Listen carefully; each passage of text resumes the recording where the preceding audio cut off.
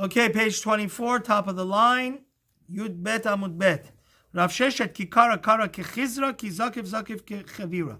Rav Chisda, when he would bow immediately, like a stick, like you hit down a stick. But when he would get up like this, like a snake. Second line of the Gemara.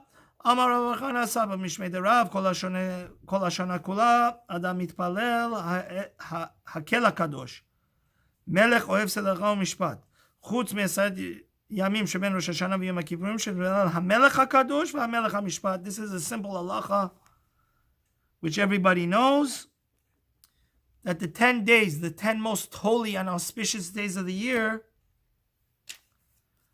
we must change our prayers between Rosh Hashanah and Yom Kippur. Instead of saying Hakel HaKadosh, we say HaMelech HaKadosh.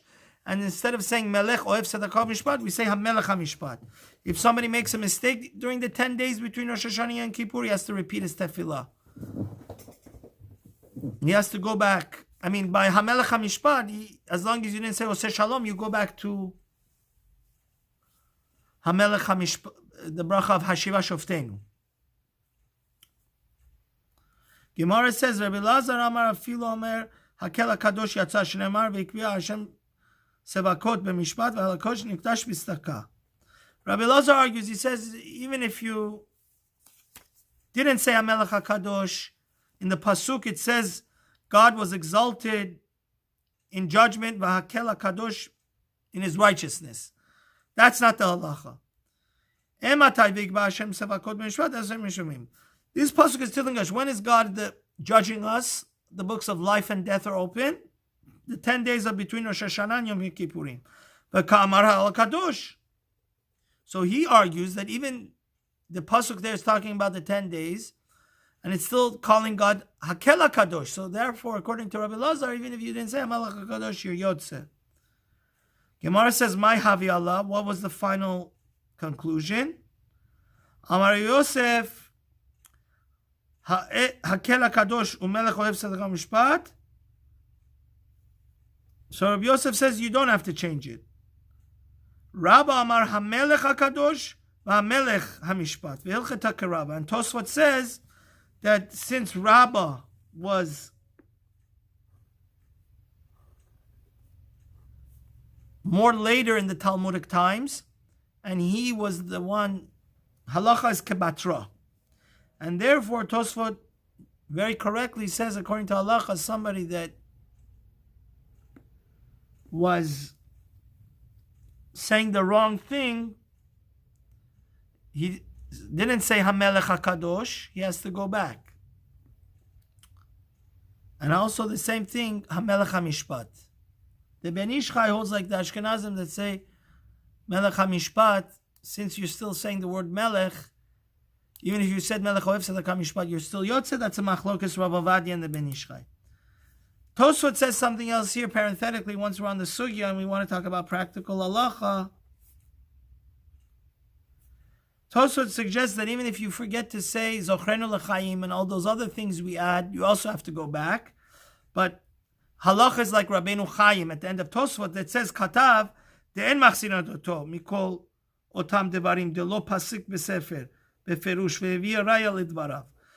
like Rabbeinu Chaim, that the things that the Geonim added, like Zochrenu L'chaim, Melech Chavetz B'chaim, or Micha Mocha Avarachamim, just add those in the end of Shmona Esrei after the L'Ratzon. Those, if you forgot to say, you don't have to go back and repeat your prayers. V'amar Rava Bar Chanina Saba Mishmei Derav Kol She'efshar Levash Hachamim Al Chavero Ve'enu Kesh Nikra Choteh. It's a scary Gemara. He says whoever has the opportunity to pray for his friend and doesn't is a sinner. Shneimar Gam Anochi Chalila Li Michto Ala Michtol Litpalel Ba'avuram. The great prophet Shemuel says, heaven forbid I forsake my community and don't pray for them. Amar Rava im Talmid Chacham Sarich Sheichli Atzmo Alav. We learned from David Melech Israel that if you hear that a Torah scholar gets sick, because they're so precious and they're the eyes of the Jewish nation, that you actually need to pray so hard that you get exhausted and you make yourself sick. My taima, why is this? Mishum dichti v'ani chole mikem ve'gole et oznai. Because Shmuel says, I became sick because of you. So you see that he prayed with so much intensity that he became sick. Gemara says, Dilma melech shani. Maybe he was praying for Shaul, and the king is the leader of the Jews. Gemara says, no, we learn it from here. Ela miacha, from David melech Yisrael we learn it. Vani bechalom lavush isak. King David says, when my enemies that were Torah scholars were sick, I wore sackcloth and I fasted. And when you fast, you get sickly. So that's what the Gemara means. Parenthetically, this is what Rav Chaim Kanievsky advocates, and his sources in the Gemara. That whoever does one sin and gets terribly embarrassed for that sin that he does publicly, they forgive him from all his sins. That's why Rav Chaim Kanievsky Shlita, the Prince of Torah, says a lot of people, if you need a blessing, go find somebody that was humiliated publicly. Since all their sins are forgiven, because it's like they died, because when you embarrass somebody, it's like killing them, you're killing their honor, then the blessing they give you is going to happen very swiftly. And how do we learn this? We learn this from the first king of Israel, Shaul. שנאמר למען תזכור ובושת ולא יהיה לך עוד פתחון פה מפני חלומותיך בכופרי לך לכל אשר עשית נאום השם אלוקים. So first the Gemara suggests we should learn it from Yechezkel says when you become embarrassed, then they're not going to speak about your sins anymore. Beginning of the line, the Gemara says Dilma Sibur Shani. Maybe that's if all of the nation of Israel was embarrassed, it's different. How do you know even for individual this applies? So the Gemara says very beautifully, so when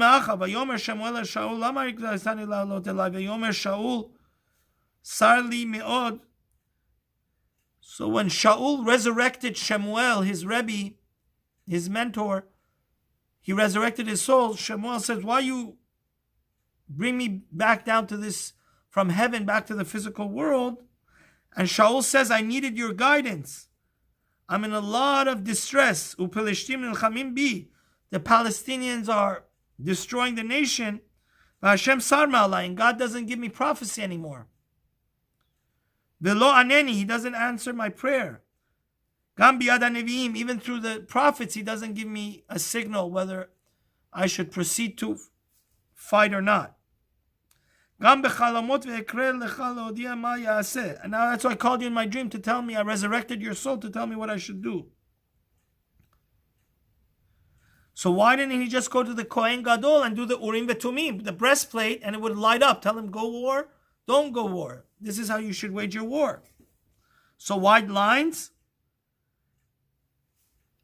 Ve'ilu Urim Tumim lo kamar, mishum dekatle lenov ir kohanim. It said, since Shaul, through his rage, that he thought that the city of Nov, which was the city of Kohanim, gave refuge to David, his arch enemy, he killed the whole city. He was embarrassed to go ask the Kohen Gadol. So, since he got embarrassed for that sin that he did, how do we know God forgave him? Uminayin de'achlilei min Shemaya. From heaven they forgave him. Shenemar vayomer Shemuel el Shaul machar ata b'necha imi. Shemuel says, don't worry. I'm telling you, you're going to die tomorrow in war and you're going to come with me. V'amar Rabbi Yochanan b'michatzati. And the rabbis say, what does it mean you're going to come with me? Obviously, Shemuel Hanavi, which was so great and wonderful that he had the zechut of King David and Shlomo and Aharon, because King David says, Moshe v'Aharon b'kohanav u'Shmuel b'koreh Shemo. Shemuel Hanavi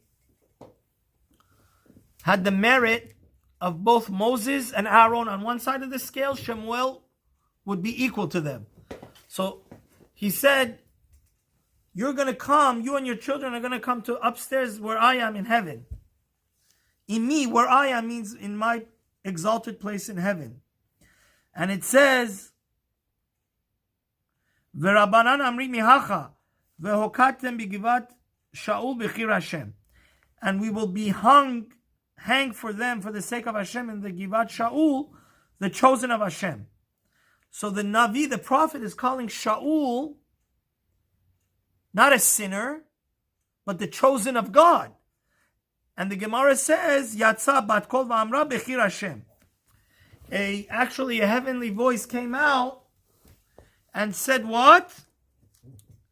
That Shaul is forgiven and he will be in a holy place in heaven. Okay?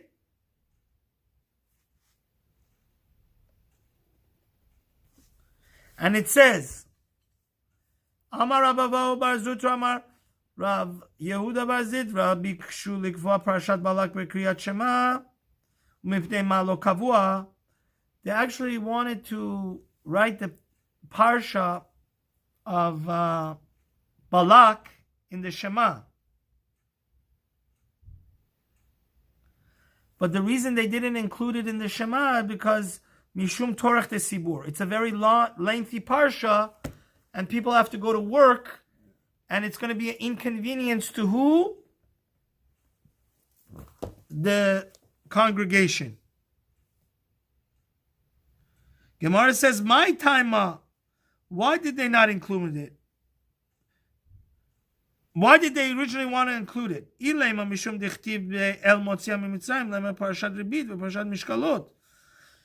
Why is it so precious, the Parsha of Balak, that they wanted to include it, incorporate into our place? Because it says God took us out of Egypt. So why don't you just say the Parsha of that we're not allowed to take interest, or that we have to be honest in our measurements and not have inaccurate measurements? That also says God took us out of Egypt. Dichtiv behem yetziat Mitzrayim. It talks about the Exodus. Elamar Rabbi Yossi bar Avin mishum dichtiv be kara shachav karyeu kalimenu miyekimenu. It says the Jews sleep like a lion, uchlavia miyekimenu, and like a lion, who could raise them and make them get up. So this is similar, Rashi says. I'm going to read Rashi for you. Like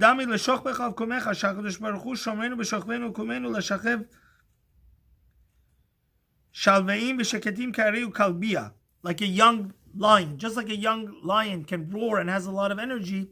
So it says that God, it's such a eloquent and beautiful pasuk that God watches over us, and we have the greatest security in the world because God is because of the mezuzah and God's Shekhinah that's in the Jewish home. God is watching over us both when we sleep and get up, which is the common denominator of the Shema. But since the whole Parsha was too long, they didn't incorporate it. Gemara says, so if you don't want to say the whole Parsha, lema hai psuka v'sulo. Why do you have to say the whole paragraph, which is lengthy? Just say this pasuk of Kareya shachav kari. Gemara says, Gemiri, kol parsha de paska Moshe Rabbeinu paskina. De lo paske Moshe Rabbeinu lo paskina. We don't incorporate in the Shema or in our prayers single psukim. You have to say the whole paragraph. Like in Shema, we say v'ahavta till the end. V'ayayim shamoa till uchtaftam al mezuzot beitecha v'resherecha. So why do we read the Parsha of Sisit? Parshat Sisit mipnei makavua amar Yehuda bar Chaviva mipnei sheyesh ba chamisha dvarim. Now, why say Parshat Sisit and that not say Parshat of Bil'am? What's so special about Parshat Sisit that got the extraordinary merit to be incorporated as the last paragraph of the Shema? Because it has 5 marvelous things. It's a very nice Gemara, actually. It has mitzvah Sisit. So number 1, it talks about the mitzvah of Sisit. Number 2, the Exodus. Okay, we were having some technical difficulties with the recording, but we're gonna continue where we left off. The Gemara says here, why do we have to say the Parsha of Sisit every night? What's so special about that? The Gemara says basically because it has 5 things. Parashat Sisit mipnei ma'akavu, Amar Rav Yehuda Amar Chamila, mipnei sheyesh ba 5 dvarim. It has 5 things. Mitzvat Sisit, Yitziat Mitzrayim, all mitzvot, Dat Menim, Hirhur Avera, Hirhur Avodah Zarah. It talks about the glorious mitzvah of wearing Sisit, the Exodus, accepting all the commandments of God, not to be heretical, atheist, not to think bad thoughts, dirty thoughts, fantasize about sinning, and also don't go after idol worship. Don't think about it even. Gemara says, Bishlai Mahani Tlad Mefarshin. These 3 are clearly evident. It says, all mitzvot, so that's, we know we have to accept the yoke of the mitzvos. Mitzvot, sisit, dichtiv asulayim sisit. Says clearly make sisit. Yetziat mitzrayim dichtiv asher otzeti. It says, don't forget, Am Hashem that took you out of Egypt. Ela dat minim hirhur avera vehirhur avodah zarah minalan. Not thinking to commit idol worship and bad thoughts, dirty thoughts, and not to be an atheist. How do we know that? So the Gemara says very clearly, it's a big chidush. It says, Acharei levavchem, do not stray after your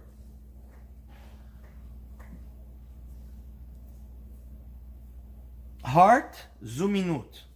This means you shouldn't, God forbid, be an atheist and think there's no God. And Rav Elchanan Wasserman in Kovitz Ma'amarim says a beautiful thing. He says most people think atheist is because they're so smart Alex and they're such a wise guy. It's an intellectual reason they can't believe in God. No, it's because they don't, it's in their heart they don't want to believe in God because they don't want to have a guilty conscience. The source of the problem is in the heart, not in the mind. Because if there is a God, then they feel guilty for living a life of instant gratification and like an animal. So since they want to just go after their heart's desire and anything goes, that's why they have to reject God, so they don't feel bad about it. And it says, V'chen hu omer naval b'livo en Elohim. That's what the passage says in Tehillim 14, that the disgusting person says in his heart, there's no God. In his mind, he knows there's a God. There's no atheist in the soul. And also, don't go after your eyes. That's thinking bad, dirty thoughts.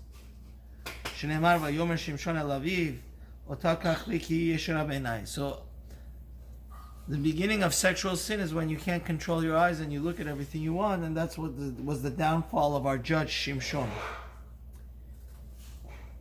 Because it says he went after his eyes. Atem zonim, a type of adultery is when we think that maybe idol worship is true. It says in the time of Eliyahu Navi, the popular avodah zarah, idol worship, was the Baal. The Mishnah says, this is a famous Mishnah, we say it on the Haggadah Shel Pesach, Maskirin Yitziat Mitzrayim Belelot. We talk about the coming out of Egypt, the Exodus, every night. Amar Lazar ben Azariah ben Shemini Shana v'lo zachiti shetomar Yetziat Mitzrayim belelot. Rabbi Lazar ben Azariah was 70 years old, and he said he was like 70 years old, even though he was technically 18, but the Rambam explains he had such a quality of life that most people by the age of 70 wouldn't study as much Torah as he did in 18 years. And all that research, he still was not able to understand why we say Shema at night, the fourth paragraph, and mentioned that God took us out of Egypt. Until Ben Zoma came along and had said, the source, Leman tizkoret yom setcha me'eretz Mitzrayim, kol yemei chayecha mi'im, kol yemei chayecha halelot. The Torah could have simply said, remember the days of your life. Why does it say kol yemei chayecha? So the days of your life, you have to remember leaving Egypt during the day.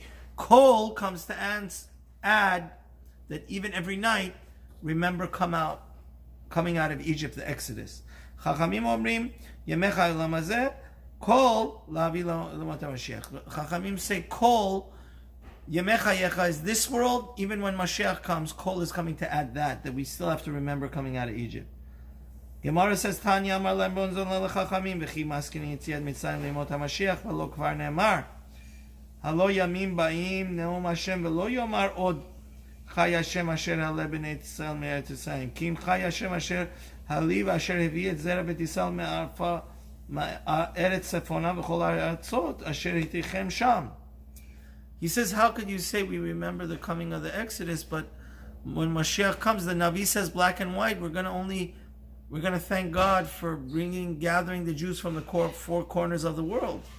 Like we see, we're really in messianic times right now. The rabbis answer, no. Amru lo shete kar yitziat Mitzrayim imkoma, ela shete shibud malchiot ikar, v'yitziat Mitzrayim tafel lo. Doesn't mean that we're totally going to erase and forget about the Exodus, leaving Egypt. The main thing when Mashiach comes, we're going to sing the praises and thank God for the coming of Mashiach. But as a secondary thing, we're still going to remember the Exodus. Same thing by Yaakov. Just by Yaakov it says, your name is not going to be Yaakov anymore, Yisrael, but still God calls him Yaakov. So it means to say that his main name was Yisrael, but his secondary name was Yaakov.